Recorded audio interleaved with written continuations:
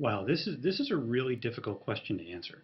Without knowing more about what your specific goals are and what kind of results you're hoping to achieve, it's nearly impossible for anyone to tell you whether you should stick to it or whether you should bail. Um, the number one thing that's missing from most social media strategy, in my experience, has been strategy.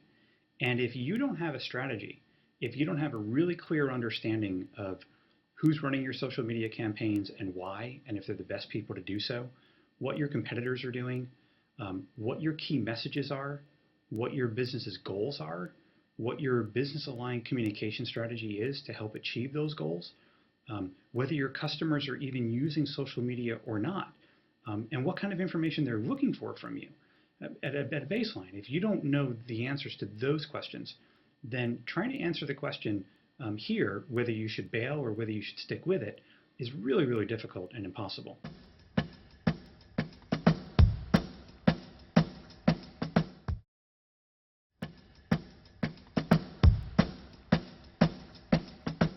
While there are no hard and fast rules about being personal or businesslike when it comes to your social media posts, and I'm talking about tweets, Facebook status updates, or blog entries, you can't go wrong by choosing the majority of the time to communicate in the voice of the brand. With this in mind, here are three simple guidelines you may want to follow. One, avoid I statements as much as possible. Statements like, I'm going to be in Las Vegas for this particular trade show next Thursday through Sunday, stop by and see me at booth number 824, probably don't make a lot of sense because there really is no I or me in the brand. As much as possible, use the second or third person voice, the they or the we.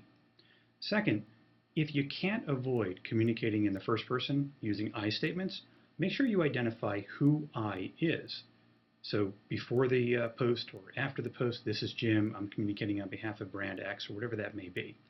And then finally, keep in mind that only 1 out of 4 consumers really even want to be marketed to when it comes to social media.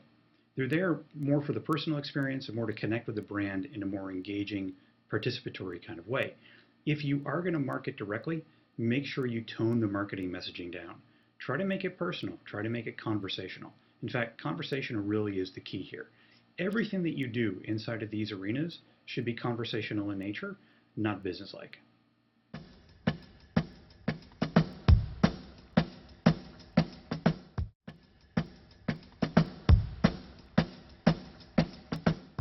Differentiating between signal and noise boils down to a simple concept of understanding sentiment. And sentiment comes in 3 flavors: positive, neutral, and negative. But here's the thing: if you spend a ton of time with your human resources evaluating each and every conversation about your brand online, you're going to go crazy. There's no way that you can possibly keep up with everything, either about yourself or about your competitors. And then applying sentiment to everything could be a really costly and time-consuming function as well. That's why I recommend using a third-party tool that's algorithm-based, that scours the net, that has history and experience doing this for you. Tools such as those available from Sentiment Metrics, BuddyPass, Right Now Technologies, Cision, Radian6, and others. Do a simple Google search on social media monitoring, and you'll find lots of tools available, both free and paid tools. I don't recommend the free ones, especially if you're serious about understanding the true nature of the sentiment associated with your brand. Once you have these tools in play, you're able to really dial in to the conversations that mean something about your brand and those that don't.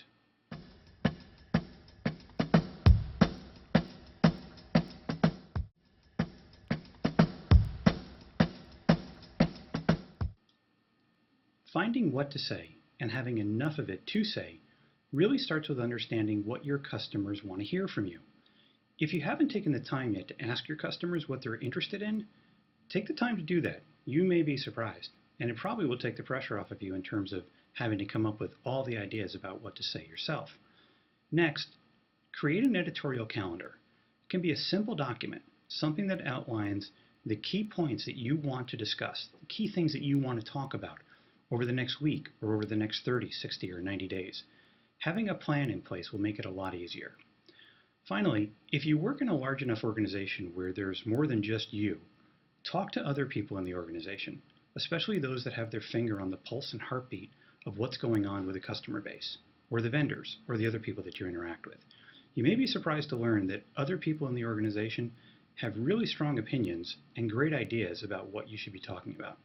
Now, when it comes to staying on top of those conversations and keeping up with all the different feedback that's occurring, if you're tasked with doing that yourself and you're not a customer service minded type of person and your organization has a customer service function, see if there's a possibility for the folks from customer service, people that answer the phones, the people that respond to emails, or even those people that work in corporate communications, or maybe just in a PR function, to help out as well. Having to keep on top of all these things yourself, just one person, can be really, really difficult.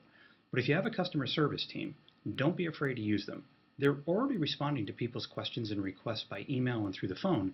And if you're starting to see those same types of questions and requests show up on your Facebook wall, or there are questions being posted through Twitter, or there are comments being left on YouTube videos, your customer service people are probably your best assets to keep on top of that feedback.